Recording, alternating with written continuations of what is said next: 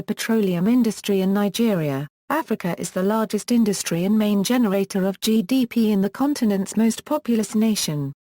In February 2013, the Nigerian Association of Chambers of Commerce, Industry, Mines and Agriculture claimed that the oil sector of the country away is killing the economy. NACCIMA's Director General John Isemede say the oil sector is affecting businesses in the country negatively by failing to add real value to them. He said the oil sector has caused substantial decline in agricultural exports, which began in the mid-1960s and continued to date. Oil discovery, Shell BP and other developers in the pursuit for commercially available petroleum found oil in Nigeria in 1956. Prior to the discovery of oil, Nigeria, like many other African countries, strongly relied on agricultural exports to other countries to supply their economy. Many Nigerians thought the developers were looking for palm oil. But after nearly 50 years searching for oil in the country, Shell BP discovered the oil at Olobiri in the Niger Delta. Wishing to utilize this newfound oil opportunity, the first oil field began production in 1958. After that, the economy of Nigeria would have seemingly experienced a strong increase. However, competition for the profits that oil produces has created a great level of terror and conflict for those living in the region. Citizens of Nigeria believe that they have unregistered trademark been able to see the economic benefits of oil companies in the state. Additionally, because Nigerian government officials have remained majority shareholders in the profits created by the production of Nigerian oil, this leads to government capturing of nearly all oil production, and citizens are not seeing socio-economic benefits, and insist that oil companies should compensate people. Production and exploration. As of 2000, oil and gas exports accounted for more than 98% of export earnings and about 83% of federal government revenue, as well as generating more than 14% of its GDP. It also provides 95% of foreign exchange earnings, and about 65% of government budgetary revenues. Nigeria's proven oil reserves are estimated by the United States Energy Information Administration at between 16 and 22 billion barrels, but other sources claim there could be as much as 35.3 billion barrels. Its reserves make Nigeria the 10th most petroleum-rich nation, and by far the most affluent in Africa. In mid-2001 its crude oil production was averaging around 2.2 million barrels per day. Nearly all of the country's primary reserves are concentrated in and around the delta of the Niger River, but offshore rigs are also prominent in the well-endowed coastal region. Nigeria is one of the few major oil-producing nations still capable of increasing its oil output. Unlike most of the other OPEC countries, Nigeria is not projected to exceed peak production until at least 2009. The reason for Nigeria's relative unproductivity is primarily OPEC regulations on production to regulate prices on the international market. More recently, production has been disrupted intermittently by the protests of the Niger Delta's inhabitants, who feel they are being exploited. Nigeria has a total of 159 oil fields and 1481 wells in operation according to the Ministry of Petroleum Resources. The most productive region of the nation is the coastal Niger Delta Basin in the Niger Delta or South-South region, which encompasses 78 of the 159 oil fields. Most of Nigeria's oil fields are small and scattered, and as of 1990, these small unproductive fields accounted for 62.1% of all Nigerian production. This contrasts with the 16 largest fields which produced 37.9% of Nigeria's petroleum at that time. As a result of the numerous small fields, an extensive and well-developed pipeline network has been engineered to transport the crude. Also due to the lack of highly productive fields, money from the jointly operated companies is constantly directed towards petroleum exploration and production. Nigeria's petroleum is classified mostly as light and sweet, as the oil is largely free of sulfur. Nigeria is the largest producer of sweet oil in OPEC. This sweet oil is similar in composition to petroleum extracted from the North Sea. This crude oil is known as Bonny Light. Names of other Nigerian crudes, all of which are named according to export terminal, are Akwa Ibom, Escravos Blend, Brass River, Forcados, and Pennington and Fan. The U.S. remains the largest importer of Nigeria's crude oil, accounting for 40% of the country's total oil exports. Nigeria provides about 10% of overall U.S. oil imports and ranks as the fifth largest source for oil imports in the U.S. There are 6 petroleum exportation terminals in the country. Shell owns 2, while Mobil, Chevron, Texaco, and Egypt own 1 each. Shell also owns the Forcados terminal, which is capable of storing 13 million barrels of crude oil in conjunction with the nearby Bonny terminal. Mobil operates primarily out of the Kwaibo terminal in Akwa Ibom State, while Chevron owns the Escravos terminal located in Delta State and has a storage capacity of 3.6 million barrels. Egypt operates the Brass terminal in Brass, a town 113 km southwest of Port Harcourt, and has a storage capacity of 3,558,000 barrels. Texaco operates the Pennington terminal. Offshore, oil companies in Africa investigate offshore production as an alternative area of production. Deepwater production mainly involves underwater drilling that exists 400 m or more below the surface of the water. By expanding to deepwater drilling, the possible sources for finding new oil reserves is expanded. Through the introduction of deepwater drilling, 50% more oil is extracted than before the new forms of retrieving the oil. Angola and Nigeria are the largest oil producers in Africa. In Nigeria, the deepwater sector still has a large avenue to expand and develop. The amount of oil extracted from Nigeria is expected to expand from 15,000 BBLD in 2003 to 1.27 MBBLD in 2010. Deepwater drilling for oil is especially attractive to oil companies because the Nigerian government has very little share in these activities, and it is more difficult for the government to regulate the offshore activities of the companies. The deepwater extraction plants are less disturbed by local militant attacks, seizures due to civil conflicts, and sabotage. These advancements offer more resources and alternatives to extract the oil from the Niger Delta, with hopefully less conflict than the operations on land. An open-air market for illegal crude oil operates off the Niger Delta, called the Togo Triangle. Natural gas reserves are well over 187 trillion FTA cubed. The gas reserves are 3 times as substantial as the crude oil reserves. The biggest natural gas initiative is the Nigerian Liquefied Natural Gas Company, which is operated jointly by several companies and the state. It began exploration and production in 1999. Chevron is also attempting to create the Escravos gas utilization project, which will be capable of producing 160 million standard FTA cubed of gas per day. There is also a gas pipeline, known as the West African Gas Pipeline, in the works but has encountered numerous setbacks. The pipeline would allow for transportation of natural gas to Benin, Ghana, Togo, and Côte d'Ivoire. The majority of Nigeria's natural gas is flared off, and it is estimated that Nigeria loses $18.2 million daily from the loss of the flared gas. Downstream, Nigeria's total petroleum refining capacity is 445,000 barrels per day, however, only 240,000 BBLD was allotted during the 1990s. Subsequently, crude oil production for refineries was reduced further to as little as 75,000 BBLD during the regime of Sani Abacha.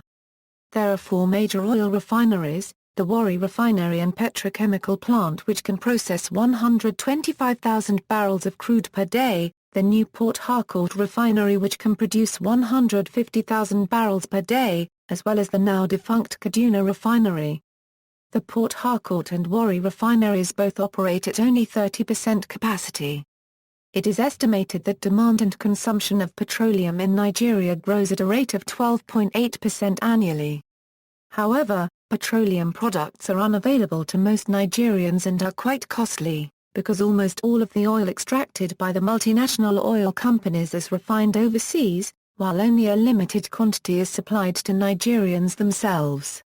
Current manufacturing: Nigeria is Africa Euro unregistered trademark's largest oil producer and has been a member of the Organization of Petroleum Exporting Countries since 1971. The Nigerian economy is heavily dependent on the oil sector, which, accounts for over 95% of export earnings and about 40% of government revenues, according to the International Monetary Fund. According to the International Energy Agency, Nigeria produced about 2.53 million barrels per day, well below its oil production capacity of over 3 million barrels per day, in 2011. Nigeria is an important oil supplier to the United States. For the last 9 years, the United States has imported between 9 to 11% of its crude oil from Nigeria. However, United States import data for the first half of 2012 show that Nigerian crude is down to a 5% share of total United States crude imports. According to the International Energy Agency, in 2011, approximately 33% of Nigeria's crude exports were sent to the United States, making Nigeria its fourth largest foreign oil supplier. Although total crude imports into the United States are falling, imports from Nigeria have declined at a steeper rate, according to the International Energy Agency. The main reasons underlying this trend are that some Gulf Coast refiners have reduced Nigerian imports in favor of domestically produced crude, and that two refineries in the U.S. East Coast, which were significant buyers of Nigerian crude, were idled in late 2011. As a result, Nigerian crude as a share of total United States imports has fallen to 5% in the first half of 2012, down from 10 and 11% in the first half of 2011 and 2010, respectively, according to the International Energy Agency. According to the CIA World Factbook, Nigeria unregistered trademark S main export partners are the United States, India, Brazil, Spain, France and the Netherlands. Shell has been working in Nigeria since 1936, and currently dominates gas production in the country, as the Niger Delta, which contains most of Nigeria's gas resources, also houses most of Shell's hydrocarbon assets. History and politics.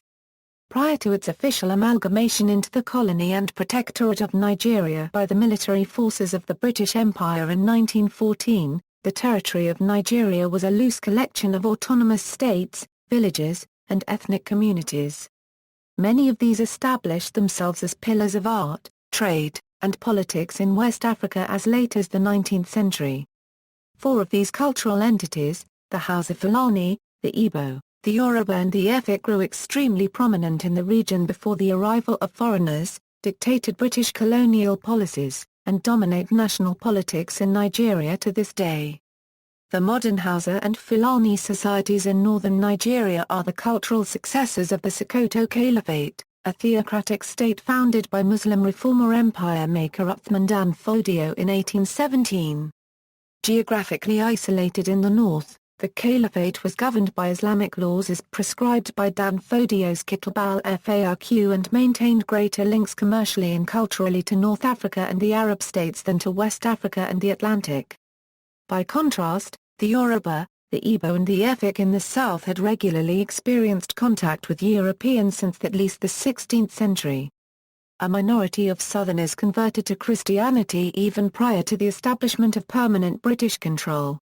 The majority followed traditional indigenous religions, worshipping myriad deities with vast domains spanning both cosmic and terrestrial spheres. Coastal Nigerians established thriving trade both regionally and abroad, fashioning the coast into a hub for products like palm oil, a good sought after by rapidly industrializing Europe, while also serving as key source for the slave trade prior to its international banning.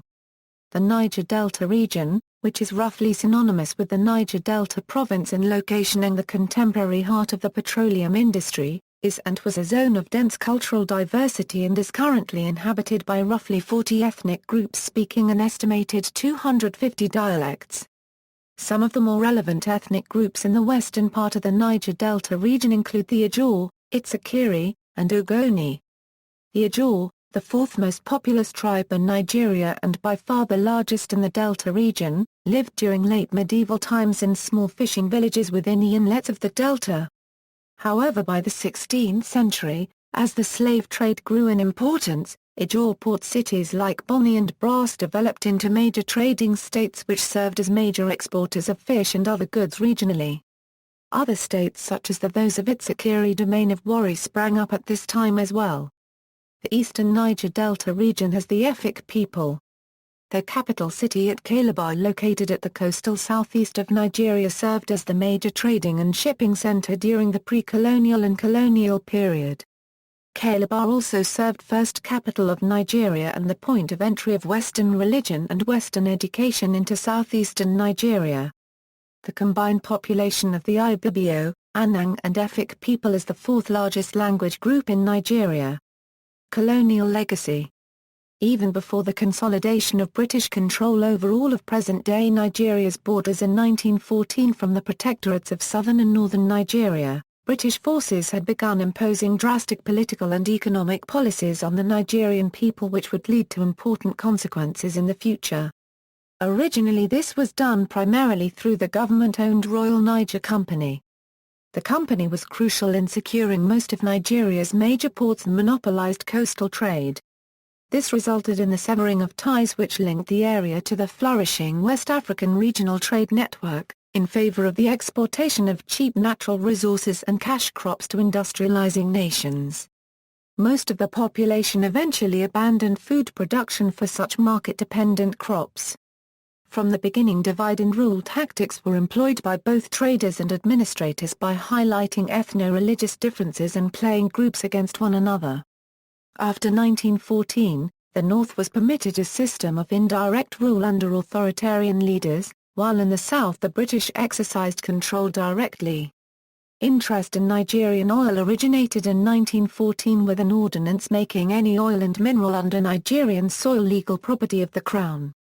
By 1938 the colonial government had granted the state-sponsored company, Shell, monopoly over exploration of all minerals and petroleum throughout the entire colony. Commercially viable oil was discovered by Shell roughly 90 km west of the soon-to-be oil capital of Port Harcourt at Olobiri in 1956. Initially a €50 profit-sharing system was implemented between the company and the government. Until the late 1950s, concessions on production and exploration continued to be the exclusive domain of the company, then known as Shell British Petroleum. However, other firms became interested, and by the early 1960s Mobil, Texaco, and Gulf had purchased concessions. In October 1960 Nigeria gained full independence from Britain, with the British monarch continuing to preside as head of state, but the country quickly altered its relationship with its former colonizers by declaring Nigeria a republic of 3 federated states. But the flaring of ethnic tensions assured that this new republic would be short-lived, as on January 15, 1966, a small group of army officers consisting mostly southeastern Igbos, staged a successful coup d'état against the civilian government.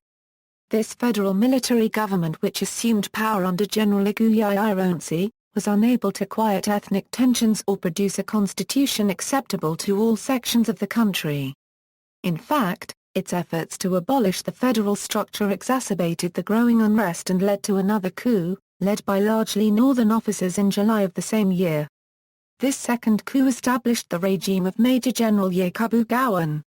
Subsequently, the massacre of thousands of Igbo in the north prompted hundreds of thousands to return to the southeast, where increasingly strong Igbo secessionist sentiment emerged under the leadership of the Igbo military governor Lieutenant Colonel Chukwuemeka Odumegwu Ojukwu. With tensions stoked between the eastern region and Gowon's federal government, on January 5, 1967, in compliance with Ojukwu's desire to meet for talks only on neutral soil, a summit attended by Gowon, Ojukwu and other members of the Supreme Military Council was held at Aburi in Ghana, the stated purpose of which was to resolve all outstanding conflicts and establish Nigeria as a confederation of regions. The outcome of this summit was the Aburi Accord, the differing interpretations of which would soon cause Ojukwu to declare Biafran independence and plunge Nigeria into civil war. Implications and causes of civil war. Igbo secessionism arose in part from the pogroms in the north that were aimed at eastern people, most specifically, the Igbo. However, since the southeast encompassed most of the petroleum-rich Niger Delta, the prospect emerged of the eastern region gaining self-sufficiency and increasing prosperity. The exclusion of Easterners from power caused many in the east to fear that oil revenues would be used to benefit areas in the north and west rather than their own. The desire to accrue profits from oil revenues combined with ethnic tensions acted as a catalyst for the Igbo spearheaded secession. Additionally, despite his denials in later years, it appears that Ojukwu's insistence on secession at the time was heavily influenced by his knowledge of the extent of the area's oil reserves. Recent evidence has suggested a tax battle waged by American oil companies contributed to the regional and ethnic tensions that would lead to the outbreak of war.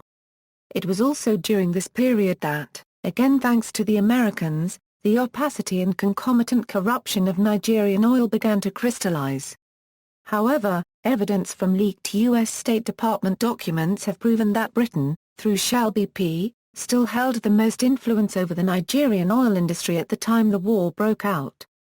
The United States declared neutrality, with U.S. Secretary of State Dean Rusk stating that America is not in a position to take action as Nigeria is an area under British influence, but nevertheless provided military assistance to the Nigeria government. On top of scores of deaths, the war had a largely negative impact on the oil industry. Strife caused production of crude to drop significantly, particularly in Biafra. Total crude output decreased from 420,000 barrels per day in 1966 at the start of the war, to only 140,000 bbld in 1968. Shell alone saw a drop from 367,000 bbld in 1966, to 43,000 in 1968.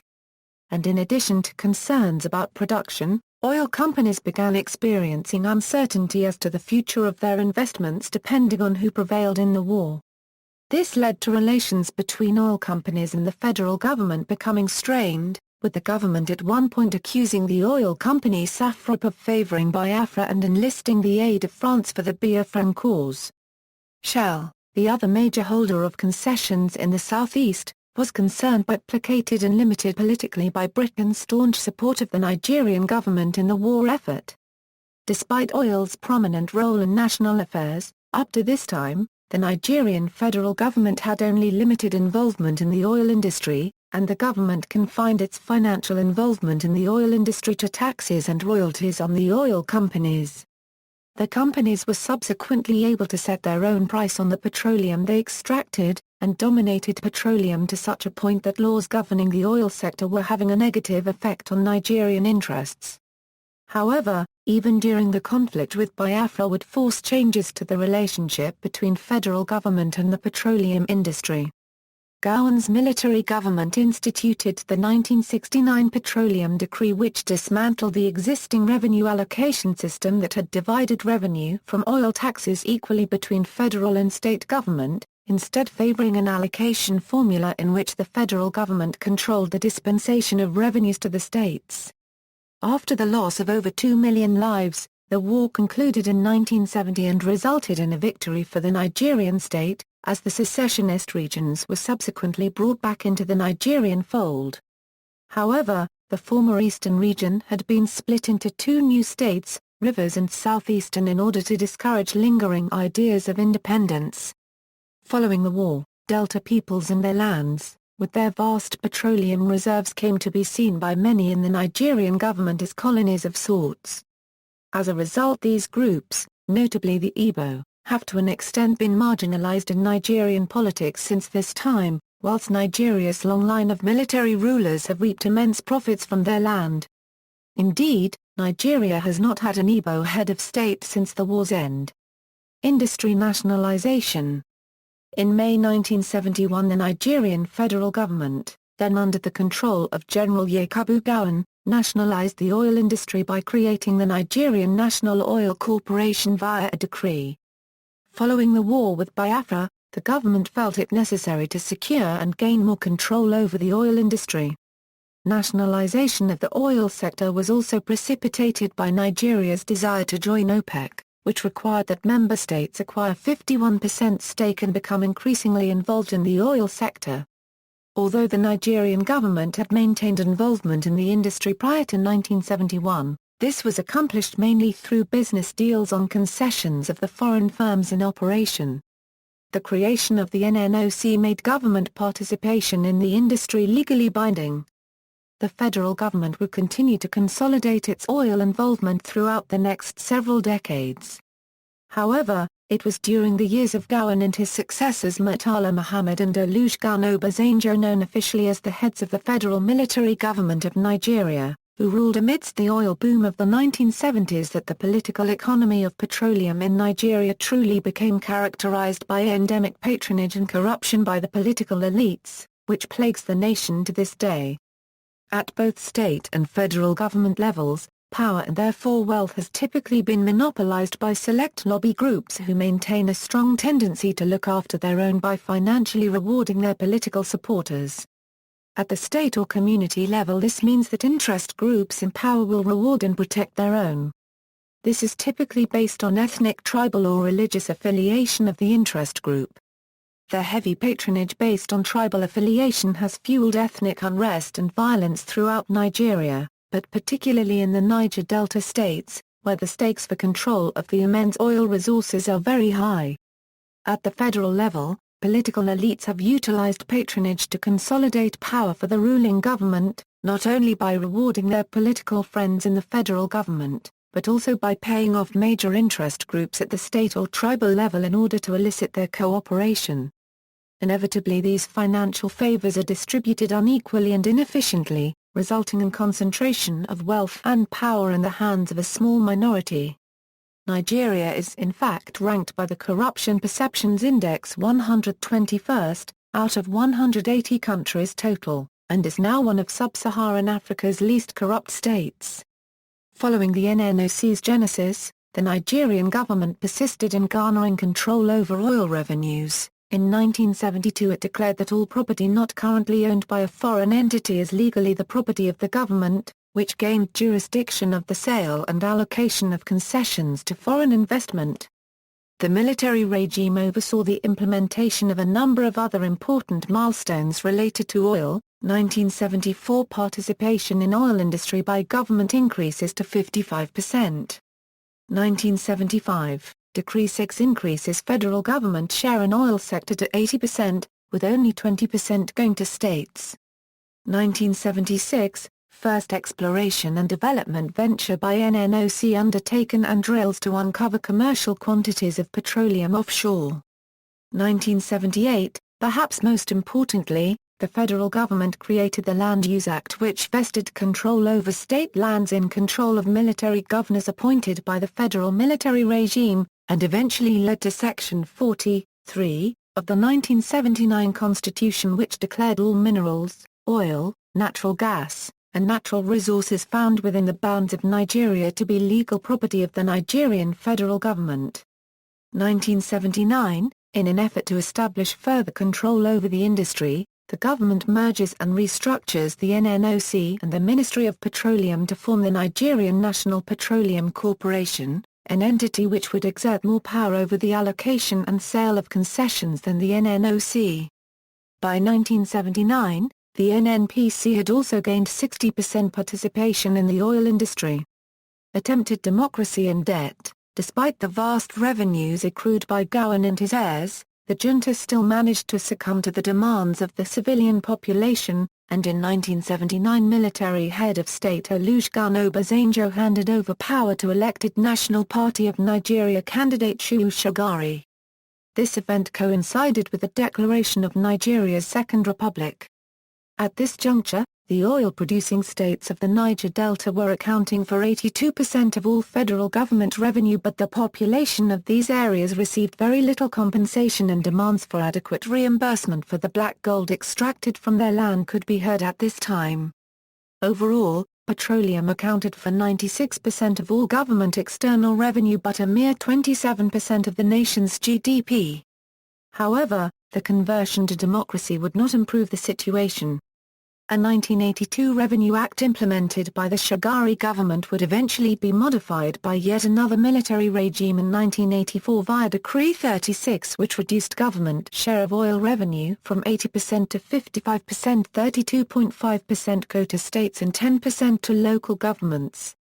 The remaining 1.5% was earmarked as a special fund to develop oil-producing areas. However, It was during the Shagari regime that corruption in Nigerian governance reached its zenith and capital flight out of Nigeria peaked, while the oil-producing peoples continued to receive little to no share of the oil profits. Additionally, 1980 saw oil-generated revenues attain an all-time climax of $24.9 billion, but Nigeria still managed an international debt of $9 billion. Shagari's NPN government was viewed by the majority of Nigerians as incorrigibly corrupt by the time the national elections of 1983 came about. Shagari and his subordinates steadily transformed Nigeria into a police state where Nigerian military and police forces were permitted to utilize force quite liberally in order to control the civilian population. Such repressive measures were employed to ensure victory in the forthcoming elections, and this outcome was achieved largely through the bankrupting of the federal government's treasury. Another disturbing trend had also been gaining steam in Nigeria since the early 1970s, a steep drop in agricultural production correlating roughly with the rise in federal revenues from petroleum extraction. Whereas previously Nigeria had been the world's lead exporter of cocoa, production of this cash crop dropped by 43%, while productivity in other important income generators like rubber, groundnuts, and cotton plummeted as well between 1972 and 1983. The decline in agricultural production was not limited to cash crops amid the oil boom, and national output of staple foodstuffs fell. This situation contrasts to Nigeria in 1960, just after independence, when despite British underdevelopment, the nation was more or less self-sufficient in terms of food supply, while crops made up 97% of all revenue from exports. The drop in production was so substantial that by the early 1980s the NPN government was forced to implement a now notorious import license scheme which essentially involved Nigeria, for the first time in its history, importing basic food items. However, as Nigerian activist and Nobel laureate Wole Soyinka asserts, the import license scam that was used by the party as a reward and enticement for party loyalists and would-be supporters cost the nation billions of dollars. While food production in the country virtually ceased. Return to military rule and electoral abortion. For these reasons, seizure of power by General Muhammad Buhari a short time after the NPN government was fraudulently re-elected was initially perceived as a positive development by civilians. Buhari charged out of the gate in December 1983, declaring himself head of the Supreme Military Council of Nigeria. He condemned the civilian government's blatant corruption and instituted programs supposedly designed to eliminate the disease of corruption. However, these measures were largely transparent and the looting of federal coffers by Nigeria's rulers continued largely unabated, as Shagari's officers both within party and government left the country, came in and out as they pleased, while Buhari's tribunal sentenced opposition figures to spells of between 100 and 300 years in prison for every dubious kind of crime. The Buhari government neglected to punish even Shagari himself, a consistent trend in Nigerians' long line of dictatorial rulers, who almost universally been spared any kind of justice. In 1985, another general, this time General Ibrahim Babangida, stole power and again alleged that his predecessors were corrupt violators of human rights and promised to rectify the situation, committing to a return to democracy by 1990. Nigeria had been saddled with a crashingly large international debt at this point. This was because, despite over $101 billion having been generated by the oil industry between 1958 and 1983, nearly all of these funds had been siphoned into the private bank accounts and the state-sponsored pet projects maintained by the succession of Nigerian governmental elites. Immediately prior to Babangida's rise to power, which is viewed by some as having been orchestrated by international oil and banking interests, the International Monetary Fund was exerting increasingly acute pressure on the Nigerian government to repay its massive debts, of which 44% of all federal revenue was already servicing. Therefore, it was unsurprising when Babangida implemented the IMF's Structural Adjustment Program in October 1986 in order to facilitate debt repayment. The SAP was extremely controversial while it was in effect between 1986 and 1988. While it did permit Nigerian exports to become more competitive internationally and spurred a degree of economic growth, The SAP also incurred a dramatic drop in real wages for the majority of Nigerians. This, combined with major cuts to important public services, incited public unrest so extreme that Babanida's Armed Forces Ruling Council was obliged to partially reverse the SAP initiatives and return to inflationary economic policies. Babanida's rule also oversaw the annihilation of the Nigerian economic middle class, and Nigeria's entry to the Organization of the Islamic Conference, despite Muslims accounting for less than 50% of the Nigerian populace. The 1980s military juntas conducted several attempted reorganizations of the NNPC to increase its efficiency. However, according to most sources, by the early 1990s the NNPC was characterized by chronic inefficiency and waste. Red tape and poor organization are standard, with the NNPC being divided into several sub-entities, each fulfilling a particular function.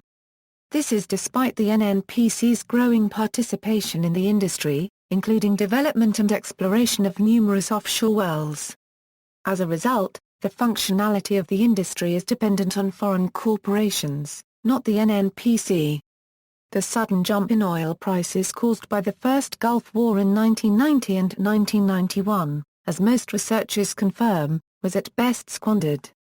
The Babanida junta has been widely accused of mismanaging the oil windfall from the Gulf War price jump, which accounted for about $12.5 billion in revenues.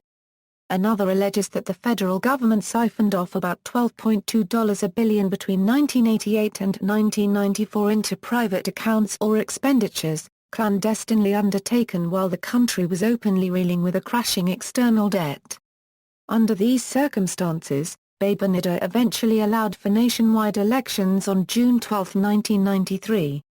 These elections were declared universally free and fair by all major international election monitors, and the eventual winner of the presidential race was the chief MKO Abiola, of the newly formed SDP. However, the military regime cynically pronounced the election, in which 14 million Nigerians participated, to be null and void due to electoral irregularities. The Nigerian people took to the streets in large numbers to protest the election's annulment. As civil unrest continued, Babanida was forced to cede power to the caretaker government of Ernest Shonkan. An environment of crisis, Shonkan's interim government would be short-lived, as on date, Babanida's former Chief of Army Staff and Minister of Defense Sani Abacha overthrew the caretaker regime and installed himself as head of state. Popular opposition to the junta was widespread and public demonstrations were taking place on a regular basis. Immediately upon taking power, Abacha commenced the brutal repression of these subversive elements which would make his tenure notorious on a global basis. Throughout the early 1990s such popular unrest grew steadily, particularly in the Niger Delta region, where various ethnic groups began demanding compensation for years of ecological damage as well as control over their land's oil resources. This unrest manifested itself at the outset as peaceful activist organizations that united their members on the basis of ethnicity. One of the most prominent of these organizations to emerge in the region was the Movement for the Survival of the Ogoni People. The group declared that the Ogoni people, a small minority in Rivers State of Nigeria, was slowly being annihilated as the arable terrain of their homeland was degraded by pollution from oil production by Chevron and primarily Shell.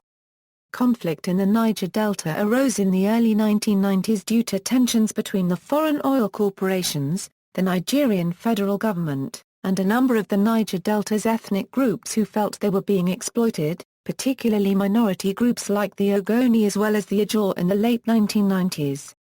Ethnic and political unrest has continued throughout the 1990s and persists as of 2006 despite the conversion to a more democratic, civilian federal system under the Obasanjo government in 1999. Democracy has to some degree fanned the flames as politicians seeking office may now employ militia groups to coerce voters and generally disrupt the election process. Competition for oil wealth has fueled violence between innumerable ethnic groups, causing the militarization of nearly the entire region by ethnic militia groups as well as Nigerian military and police forces.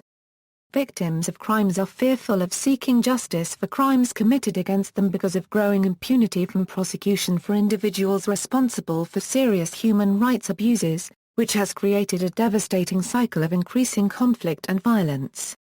The regional and ethnic conflicts are so numerous that fully detailing each is impossible and impractical. On January 30, 2013, a Dutch court ruled that Shell can be held accountable for the pollution in the Niger Delta. Joint venture companies. All petroleum production and exploration is taken under the auspices of joint ventures between foreign multinational corporations and the Nigerian federal government. This joint venture manifests itself as the Nigerian National Petroleum Corporation, a nationalized state corporation. All companies operating in Nigeria obey government operational rules and naming conventions. Joint ventures account for approximately 95% of all crude oil output, while local independent companies operating in marginal fields account for the remaining 5%. Additionally, the Nigerian constitution states that all minerals, oil, and gas legally belong to the federal government. 6 companies are operating in Nigeria and are listed with their countries of origin: Royal Dutch Shell, Shell Petroleum Development Company of Nigeria Limited, usually known simply as Shell Nigeria, a joint venture operated by Shell, accounts for 50% of Nigerians' total oil production in 1997, from more than 80 oil fields. The joint venture is composed of NNPC, Shell, Total Fina Elf and Egypt, and operates largely onshore on dry land or in the mangrove swamp in the Niger Delta. The company has more than 100 producing oil fields, and a network of more than 6,000 kilometers of pipelines, flowing through 87 flow stations. SPDC operates 2 coastal oil export terminals. The Shell joint venture produces about 50% of Nigeria's total crude. Shell Nigeria owns concessions on 4 companies. They are, Shell Petroleum Development Company, Shell Nigeria Exploration and Production Company, Shell Nigeria Gas, Shell Nigeria Oil Products, as well as holding a major stake in Nigeria Liquefied Natural Gas. Shell formerly operated alongside British Petroleum as Shell BP, but BP has since sold all of its Nigerian concessions. Most of Shell's operations in Nigeria are conducted through the Shell Petroleum Development Company. Chevron Nigeria Limited, a joint venture between NNPC and Chevron, has in the past been the second largest producer, with fields located in the Warri region west of the Niger River and offshore in shallow water. It is reported to aim to increase production to 600,000 BBLD. ExxonMobil, Mobil Producing Nigeria and Limited, a joint venture between the NNPC and ExxonMobil, operates in shallow water off Akwa Ibom State in the southeastern delta and averaged production of 632,000 BBLD in 1997, making it the second largest producer, as against 543,000 PBD in 1996. Mobil also holds a 50% interest in a production-sharing contract for a deepwater block further offshore, and is reported to plan to increase output to 900,000 BBLD by 2000. Oil industry sources indicate that Mobil is likely to overtake Shell as the largest producer in Nigeria within the next 5 years, if current trends continue, mainly due to its offshore base allowing it refuge from the strife Shell has experienced onshore. It is headquartered in Ekiti and operates in Nigeria under the subsidiary of Mobil Producing Nigeria. AGIPA, Nigerian Egypt Oil Company Limited, a joint venture operated by Egypt and owned by the NNPC, Egypt and ConocoPhillips, produces 150,000 BBLD mostly from small onshore fields. Total Petroleum Nigeria Limited, a joint venture between NNPC and ELF, produced approximately 125,000 BBLD during 1997, both on and offshore. ELF and Mobil are in dispute over operational control of an offshore field with a production capacity of 90,000 BBLD. Texaco, NNPC Texaco Chevron joint venture, a joint venture operated by Texaco and owned by NNPC. Texaco and Chevron currently produces about 60,000 BBLD from 5 offshore fields. Current situation: estimates suggest that 1,000 people are still killed every year. While Nigeria Euro unregistered trademark S oil revenue has totaled $340 billion in exports since the 1970s and it is the 5th largest producer, 70% of his population lives on less than $1 a day, and 43% have no access to clean water. Though Nigeria is a major oil exporter, it imports most of its gasoline, and when fuel subsidies were lifted in January 2012, fuel increased from roughly $1.70 per gallon to $3.50. Nigeria seems to be well set up. It produces a form of oil ideal for the United States, has huge reserves, and has increased its production to 2.8 million barrels of oil a day. But this, some say, is all a resource curse that is hurting Nigeria and disadvantaging her people. Oil theft. A report analyzing the effect of oil theft in Nigeria revealed in July 2013 that Nigeria lost out on $10.9 billion in potential oil revenues between 2009 and 2011. Environmental impact. The Niger Delta comprises 70,000 km² of wetlands formed primarily by sediment deposition. Home to 20 million people and 40 different ethnic groups, this floodplain makes up 7.5% of Nigeria's total land mass. It is the largest wetland and maintains the third largest drainage area in Africa. The delta's environment can be broken down into 4 ecological zones: coastal barrier islands, mangrove swamp forests, freshwater swamps, and lowland rainforests. This incredibly well-endowed ecosystem, which contains one of the highest concentrations of biodiversity on the planet, in addition to supporting the abundant flora and fauna, arable terrain that can sustain a wide variety of crops, economic trees, and more species of freshwater fish than any ecosystem in West Africa. The region could experience a loss of 40% of its inhabitable terrain in the next 30 years because of extensive dam construction in the region. The carelessness of the oil industry has also precipitated this situation, which can perhaps be best encapsulated by a 1983 report issued by the NNPC in 1983, long before popular unrest surfaced. We witnessed the slow poisoning of the waters of this country and the destruction of vegetation and agricultural land by oil spills which occurred during petroleum operations. But since the inception of the oil industry in Nigeria, more than 25 years ago, there has been no concerned and effective effort on the part of the government, let alone the oil operators, to control environmental problems associated with the industry. Oil spills and water contamination. Oil spills in Nigeria are a common occurrence. It has been estimated that between 9 million to 13 million barrels have been spilled since oil drilling started in 1958. The government estimates that about 7,000 spills occurred between 1970 and 2000. Causes include corrosion of pipelines and tankers, sabotage, and oil production operations, with 1% of the spills being accounted for by inadequate or non-functional production equipment.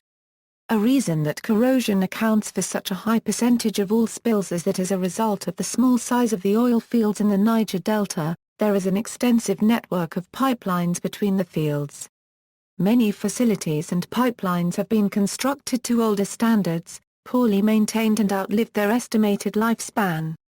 Sabotage is performed primarily through what is known as bunkering, whereby the saboteur taps a pipeline, and in the process of extraction sometimes the pipeline is damaged.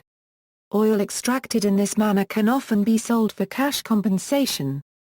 Oil spillage has a major impact on the ecosystem. Large tracts of the mangrove forests, which are especially susceptible to oil, have been destroyed. An estimated €10% of Nigerian mangrove ecosystems have been wiped out either by settlement or oil. Spills take out crops and aquacultures through contamination of the groundwater and soils. Drinking water is also frequently contaminated, and a sheen of oil is visible in many localized bodies of water. If the drinking water is contaminated, even if no immediate health effects are apparent, the numerous hydrocarbons and chemicals present in oil represent a carcinogenic risk. Offshore spills, which are usually much greater in scale, contaminate coastal environments and cause a decline in local fishing production. Nigerian regulations are weak and rarely enforced, allowing oil companies, in essence, to self-regulate. Natural gas flaring. See also main article, Environmental issues in the Niger Delta. Nigeria flares more natural gas associated with oil extraction than any other country, with estimates suggesting that of the 3.5 billion cubic feet of associated gas produced annually, 2.5 billion cubic feet, or about 70% is wasted via flaring. Statistical data associated with gas flaring is notoriously unreliable, but AG wasted during flaring is estimated to cost Nigeria $2.5 billion on a yearly basis. Companies operating in Nigeria harvest natural gas for commercial purposes, however prefer to extract it gas from deposits where it is found in isolation as non-associated gas. It is costly to separate commercially viable associated gas from oil, hence gas flaring to increase crude production. Gas flaring is discouraged by the international community as it contributes to climate change. In fact, in Western Europe 99% of associated gas is used or re-injected into the ground. Gas flaring in Nigeria releases large amounts methane, which has very high global warming potential. The methane is accompanied by carbon dioxide, of which Nigeria is estimated to have emitted more than 34.38 million tons in 2002, accounting for about 50% of all industrial emissions in the country and 30% of the total CO2 emissions. As flaring in the West has been minimized, in Nigeria it has grown proportionally with oil production. While the international community, the Nigerian government, and the oil corporations seem to agree that gas flaring need to be curtailed, efforts to do so have been slow and largely ineffective. Gas flares release a variety of potentially poisonous chemicals such as nitrogen dioxides, sulfur dioxide, volatile organic compounds like benzene, toluene, xylene and hydrogen sulfide, as well as carcinogens like benzopyrene and dioxins. Often gas flares are often close to local communities, and lack adequate fencing or protection for villagers who may risk nearing the heat of the flare in order to carry out their daily activities. Flares which are often older and inefficient are rarely relocated away from villages, and are known to coat the land and communities in the area with soot and damage adjacent vegetation. In November 2005 a judgment by the Federal High Court of Nigeria ordered that gas flaring must stop in a Niger Delta community as it violates guaranteed constitutional rights to life and dignity. In a case brought against the Shell Petroleum Development Company of Nigeria, Justice C.V. Nokori ruled in Benin City that the damaging and wasteful practice of flaring cannot lawfully continue. Human rights impact, repression of protests and government corruption. One of the greatest threats facing the people of the Niger River Delta has actually been their own government. The Nigerian government has total control over property rights and they have the authority to seize any property for use by the oil companies. A majority of every dollar that comes out of the ground in the Delta goes to the government of Nigeria. As a result of the enormous amounts of sweet light crude that comes out of the Delta every day, Nigeria has the second largest GDP in sub-Saharan Africa. Despite the wealth flowing into the nation from oil revenues, many of Nigeria Euro unregistered trademark socio-economic factors are worse now than they were 30 years ago according to the World Bank. Most of Nigeria Euro unregistered trademark oil wealth gets siphoned off by 1% of the population. Corruption in the government is rampant. In fact, since 1960 it is estimated that $300 to $400 billion has been stolen by corrupt government officials. The corruption is found at the highest levels as well. For example, a former Inspector General of the National Police was accused of stealing $52 million. He was sentenced to 6 years in prison for a lesser charge. Nigerians have on many occasions engaged in protests against oil-related corruption and environmental concerns, but are frequently met with harsh suppression by government forces. One example of this occurred in February 2005. There was a protest at Chevron's Esquivos oil terminal in which soldiers opened fire on the protesters. 1 man was killed and 30 others were injured. The soldiers claim that the protesters were armed, a claim the protesters deny. Another, more extreme example happened in 1994. The Nigerian military moved into a region called Ogoniland in force. They razed 30 villages, arrested hundreds of protesters, and killed an estimated 2,000 people. One of the protesters they arrested was a man named Ken Saro-Wiwa. Ken Saro-Wiwa was a Nigerian TV producer, writer and social activist. In 1990 he founded the Movement for the Survival of the Ogoni People. Ken wrote and spoke out about the rampant corruption in the Nigerian government and he condemned Shell and British Petroleum. He was arrested by the Nigerian government and imprisoned for 17 months. Then in a show trial Ken and 8 others were condemned to death. He and the others were hung in 1995 and he was buried in an unmarked common grave. Poverty and chronic underdevelopment. The people of the Delta states live in extreme poverty even in the face of great material wealth found in the waters by their homes. According to Amnesty International, 70% of the 6 million people in the Niger River Delta live off of less than $1 per day. For many people this means finding work in a labor market, which is in many instances hostile to them. Much of the labor in the past has been imported. To a growing degree the labor force for the oil companies is more and more coming from Nigeria. But discrimination is rampant and for the most part locals are discriminated against. This leads to a situation where the men in the community have to search for temporary employment. This has 2 negative effects on the community. First, it takes the men out of the community as they go in search of work.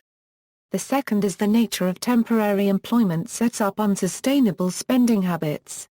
They earn some money and spend it thinking it will be easy to earn more, when in many cases this does not turn out to be the case. As the government officials siphon off all the money generated from oil sales, the infrastructure suffers. Most of the villages do not have electricity or even running water. They do not have good access to schools or medical clinics. For many, even clean drinking water is difficult to come by.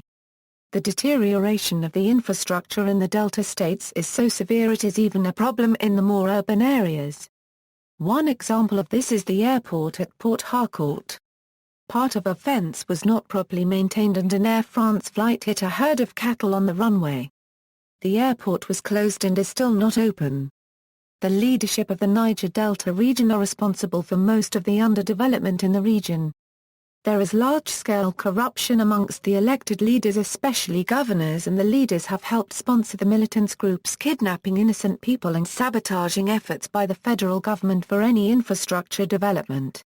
Indicted corrupt leaders are also cheered by the Niger Delta people. References. External links. 1. Premier source of information on the West African energy sector. International Museum of Women feature on Nigerian women's activism against exploitation, John Gazvinian's The Curse of Oil in the Virginia Quarterly Review, Nigeria Oil Gas Online, the Niger Delta Petroleum System, Niger Delta Province, Nigeria, Cameroon, and Equatorial Guinea, Africa, United States Geological Survey, Time article on the background to the 2006 increase in militant activity, Remember Sarah Wiwa. Amnesty International's latest report on oil and injustice in Nigeria, Blood Oil, report on the movement for the emancipation of the Niger Delta by Sebastian Jugger for Vanity Fair, February 2007, Nigerian Oila Curse of the Black Gold, Hope and Betrayal in the Niger Delta article from National Geographic magazine, Map of the oil and gas infrastructure in Nigeria, Map of the production license holders in Nigeria,